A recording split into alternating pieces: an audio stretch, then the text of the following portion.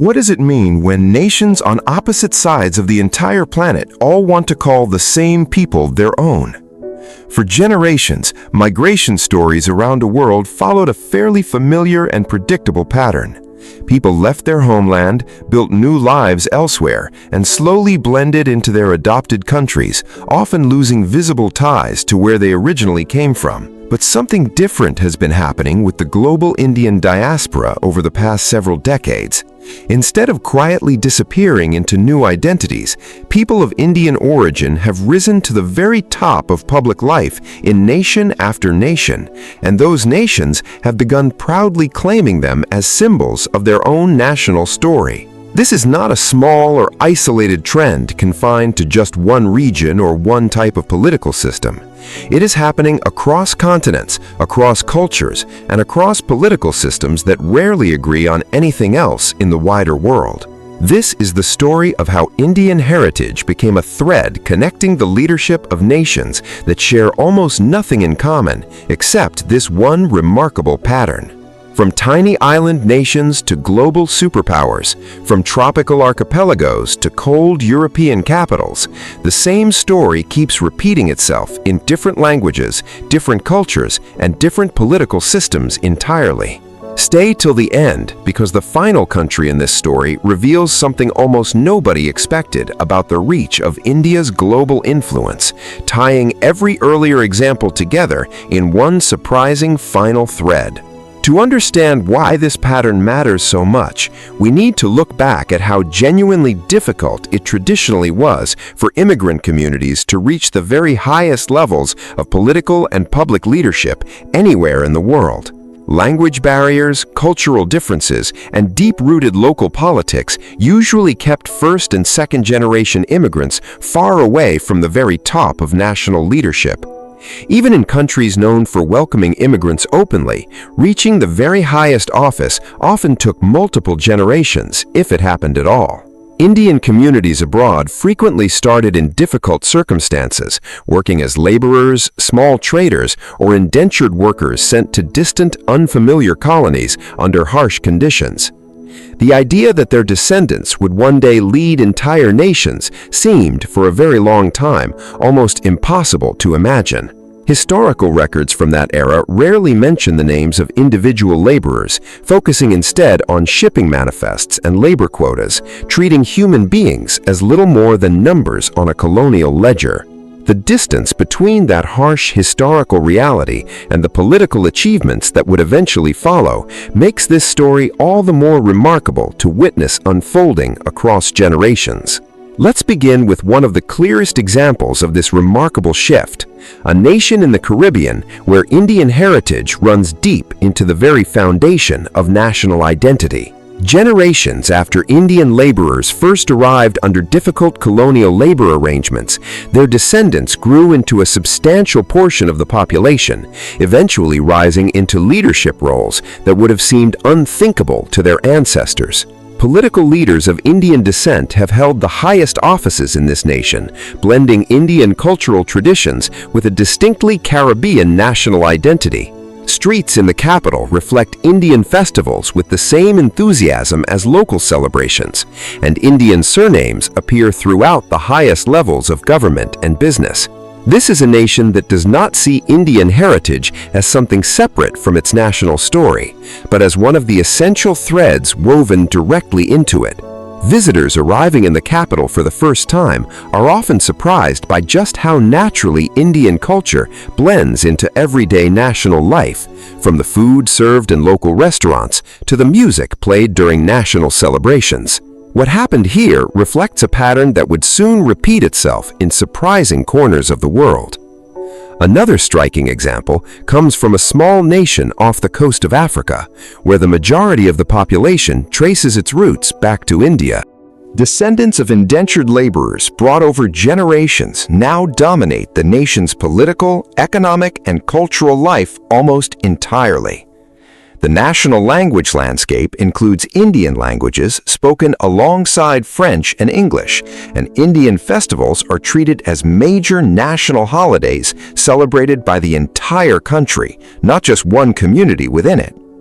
Leaders of Indian descent have guided this nation through decades of steady economic growth, transforming it from a struggling colonial outpost into one of the more prosperous nations on its entire continent. For this country, Indian heritage is not a minority story tucked into the margins. It is the central narrative of the nation itself. Government buildings, currency designs, and public monuments across the country openly reflect this heritage, treating it not as a footnote to national history, but as its very foundation. Closer to the heart of this story is a South American nation where Indian heritage shaped an entire chapter of national history. Brought over as indentured workers during the colonial era, Indian communities eventually became deeply woven into this country's political and social fabric. Leaders of Indian descent have served in the highest offices of this nation, presiding over a diverse society built from multiple migrant communities living together. The nation's cultural calendar reflects major Indian festivals as national events, and Indian cuisine, music, and traditions remain deeply embedded in everyday national life. This is a country that quietly built one of the strongest, most enduring Indian diaspora identities anywhere in the world, largely outside the spotlight of global attention. Few outside the region fully appreciate just how deeply this heritage runs through the country's institutions, its legal traditions, and even the rhythms of daily rural life across its countryside. But that was only the beginning of this pattern spreading across continents. Next, we turn to a Pacific island nation where Indian heritage became deeply intertwined with a complicated and fascinating national story. Indian laborers brought over to work on plantations generations ago eventually built thriving communities that became essential to the nation's economy and cultural life. Even amid periods of political tension tied partly to ethnic identity, Indian heritage remained an undeniable and permanent part of this nation's history and daily life. Business leaders, cultural figures, and public officials of Indian descent continue to shape this small but strategically important nation in the Pacific. This is a story of resilience, showing how a community can remain deeply rooted in a nation's identity even through periods of genuine difficulty and change. Community elders often describe this resilience as a quiet, generational form of strength, one built not through confrontation, but through steady persistence, education, and an unwavering commitment to preserving identity across even the most challenging periods of national history. Closer to the top of this story now is a European nation that surprised many observers by embracing Indian heritage at the very highest level of government. A leader of Indian descent rose through a demanding and competitive political system to reach one of the most powerful offices in the country, breaking barriers that had stood firmly in place for generations. This moment sent a powerful message about how thoroughly old colonial hierarchies had been reshaped by the passage of time and genuine merit. Another European nation experienced a similar moment, with a leader of partial Indian heritage rising to lead the government during a period of significant national challenges. This leader guided the country through a genuinely difficult economic period, later moving on to hold one of the most senior positions in European institutional leadership. The presence of Indian heritage at this level of European governance, occurring in more than one nation within a relatively short span of time, suggested this was becoming a broader continental pattern rather than a single isolated exception.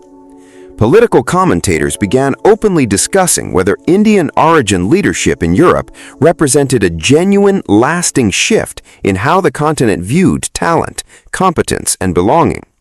Some pointed to changing immigration patterns over previous decades, while others credited the growing visibility of successful Indian origin professionals across business, medicine, and academia, arguing that political leadership was simply the natural next step in a much longer, quieter process of integration and achievement.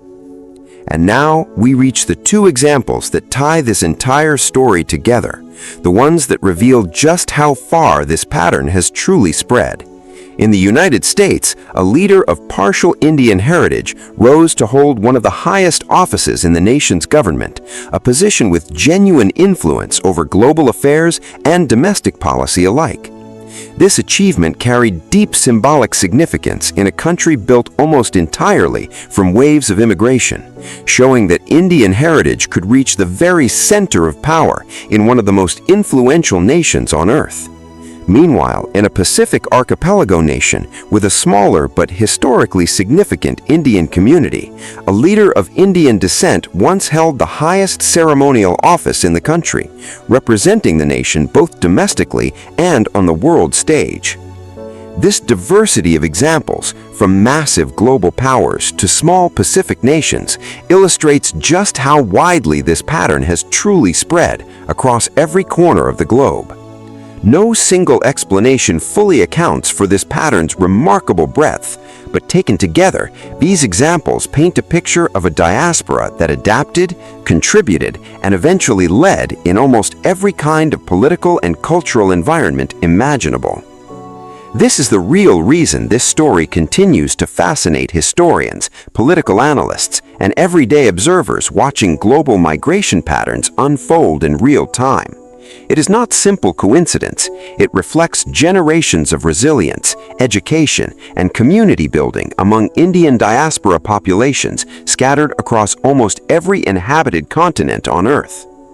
So what does this pattern actually reveal about India's broader global influence and legacy? It means Indian heritage has become one of the most successful examples of diaspora achievement in modern global history, spanning nations with vastly different political systems, cultures, and histories. It means India's migration story is no longer just about people leaving India. It is about the profound impact those people and their descendants have had on the nations that eventually became their home.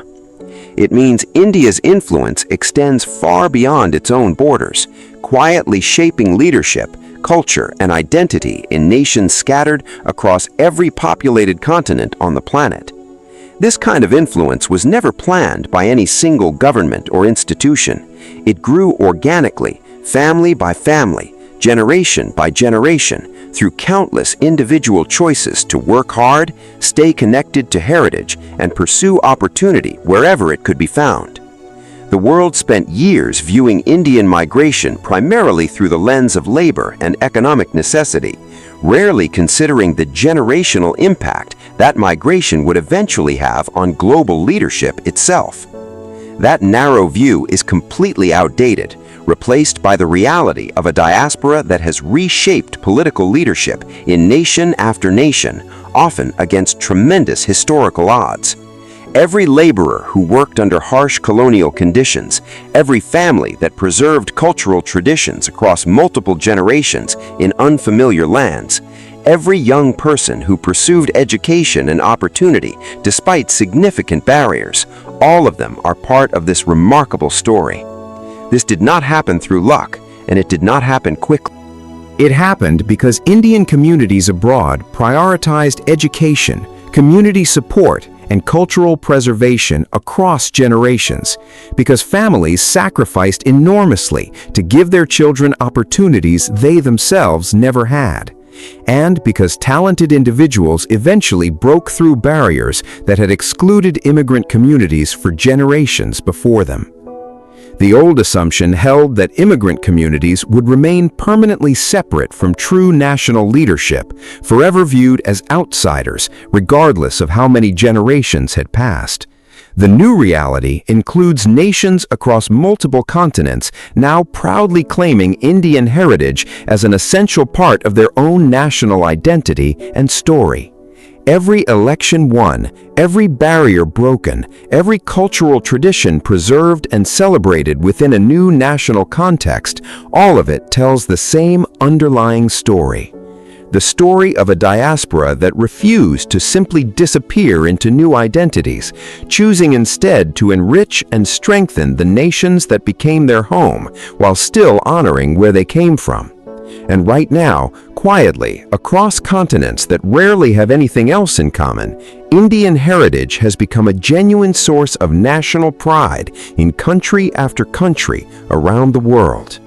This achievement was not built through conquest or dominance. It was built through generations of quiet contribution, patient community building, and individuals who simply refused to let their heritage limit what they believed they could achieve. This is not the end of this remarkable global story.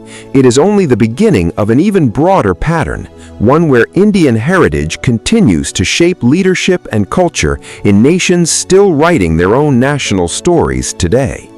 The years ahead will likely reveal even more examples of this pattern as new generations of the Indian diaspora continue rising into positions of influence and leadership across the globe. What began as scattered stories of migration and hardship has become one of the most remarkable diaspora success stories in modern global history.